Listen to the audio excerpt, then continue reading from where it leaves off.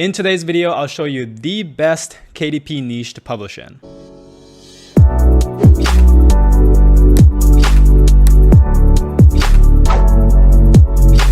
What's up guys, welcome back to another video. If you're new to the channel, my name is Sean and I've built a multiple six-figure KDP business which I eventually sold for $820,000, and now I'm building a second KDP account. And in this channel, we do things a little different than other publishing channels out there.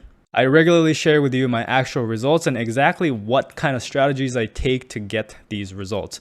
As you can see, I have a whole playlist on KDP income reports where I regularly share the kind of results that I get from actually publishing, not from coaching or selling courses. And this is to be completely transparent. So if you want no BS publishing advice that actually works from someone who is actually doing it, then make sure to subscribe. All right, so in this video, I want to talk about what is the best KDP niche for beginners, because this is something that a lot of people ask me, Sean, what is the best niche to get started? So in this video, I decided to talk about why I think this niche is one of the best niches to get started, and also what criteria that I look at so that you guys can use this criteria and go find other niches that might be just as good as well. All right, cool. So let's get started. So when people ask me what is the best KDP niche for beginners, the honest answer, and you might not like this, is basically a combination of your passion, your knowledge, and profitability. So if you look at this image here, when you're passionate about a niche that's also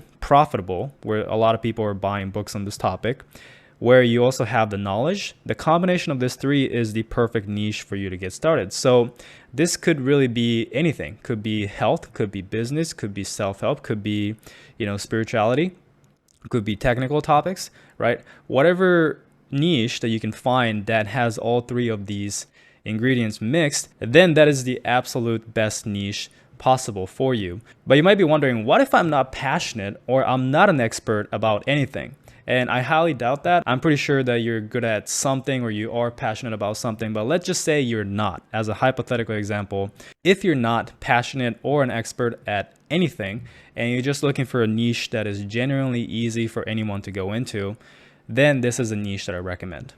And the best niche, in my personal opinion, is self-help. And here's why. So when it comes to choosing a great niche, there are a few elements that I like to consider, and I want to share you this so that you can go and find other profitable niches too, not just self-help. But the first thing I look at is obviously profitability. So lots of books making money in this niche, because obviously when you go into a niche and there are no other books selling on this within this niche, then that's just not going to work. You have to have the niche profitable. And in self-help, there are tons of profitable books, obviously, because it's one of the biggest niches out there.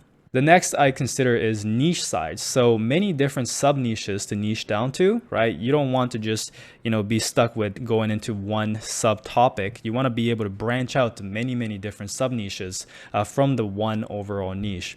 Another thing is many books to write about and build a brand around. Again, so you just want a variety of topics to choose from and build a brand. So with self-help, as we all know, it's extremely huge with so many sub niches. So it definitely checks that box. The next criteria that I look at is longevity. So when it comes to publishing, in my opinion, evergreen topics is better than following trends and chasing trends.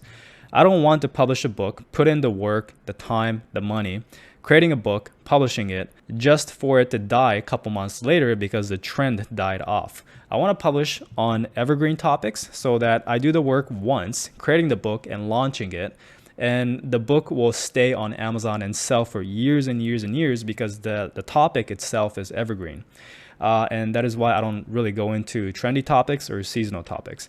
And with self-help, most topics are evergreen that'll last you for decades. So you make the book once and you can potentially make money for years and years and even decades. The next element I look at is ease of creating content. So what I mean by this is most writer has knowledge or experience in writing self-help. Technical niches are harder to find good writers, obviously, because the more technical it is, the less people have experience, first of all, in writing it, as well as personal experience, which is going to be important when you're trying to create a good book, okay? So that is why it's harder to find writers on those more technical niches, and that'll make the cost of ghostwriters higher because you have to find a specialist for it. when you have a topic that a lot of people has experience writing in, then that means you can hire a wider range of ghostwriters. Means since they're more available, you can hire them cheaper because of the basic supply and demand. So with self-help, it is easier to write, thus easier to find writers for cheaper. Another crucial element that I like to look at when it comes to a niche that nobody talks about is audience positivity. So what I mean by this is some niches attracts positive readers and some niches attracts readers that are more cynical and critical, okay? So an example of a cynical or critical audience will be niches like business, finance, more technical niches, right? You have to make sure that your content is top-notch, meaning 5-star quality writing, or it can be pretty easy for you to get negative reviews. Now, compared to that, with self-help and some other niches, the readers are generally positive and it's easier to get positive reviews.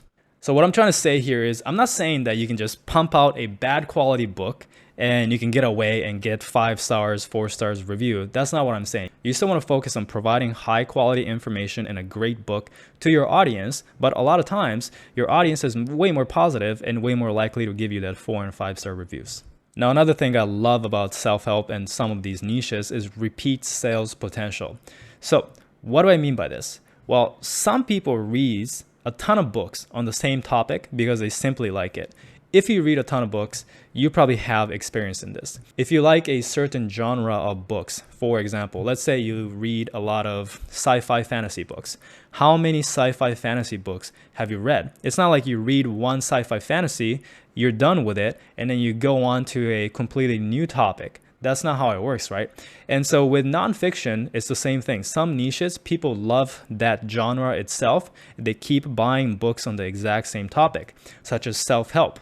You know, people who read self-help books, they tend to buy many books on the exact same topic. So it's not like you're really competing with other books on productivity because the same customer can buy your competitor's book, but also your book too, because that's just how the audience works.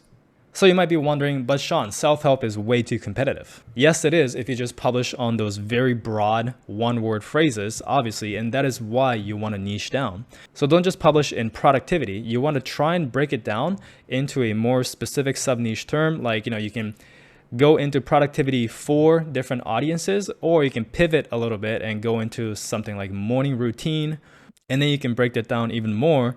So morning routine workbook for men, and you want to niche down as much as possible. And trust me, if you know how to niche down and if you know how to target a specific audience, then even within self-help, there are a ton of spaces that you can go into. So in conclusion, if you publish in a niche that is profitable and you're passionate about, you will do much better than just publishing in self-help for the sake of it. So again, it goes back to one of the first slides that we talked about. You want to go into a niche that you're passionate about, you have expertise in, and it is also profitable. That is the best niche for you. It's not just self-help or other niches that people will tell you, right? Whatever you're good at and whatever you're passionate about that is also profitable, that's the best niche. But if you really want to know in general what kind of niches that I like, then I do think self-help is one of the better niches out there. You want to find ways to niche down. You want to find other niches with these criteria as well, because who knows how many people will watch this video and go into self-help. So that is why I didn't want to just make a video saying go into self-help. I wanted to show you why I think self-help is good so that you can take those criteria and find other niches too, okay? And finally, for those who are wondering, I am not in self-help. So this is just to show you what I think is one of the better niches out there, but there are so many opportunities in different niches as well.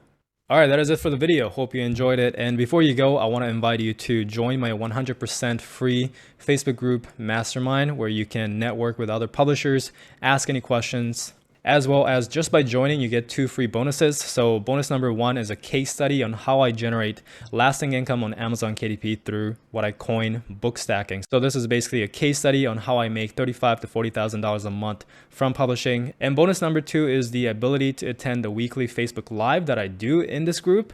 And you can come and ask me questions directly. So if you want to join the group, the link is in the description.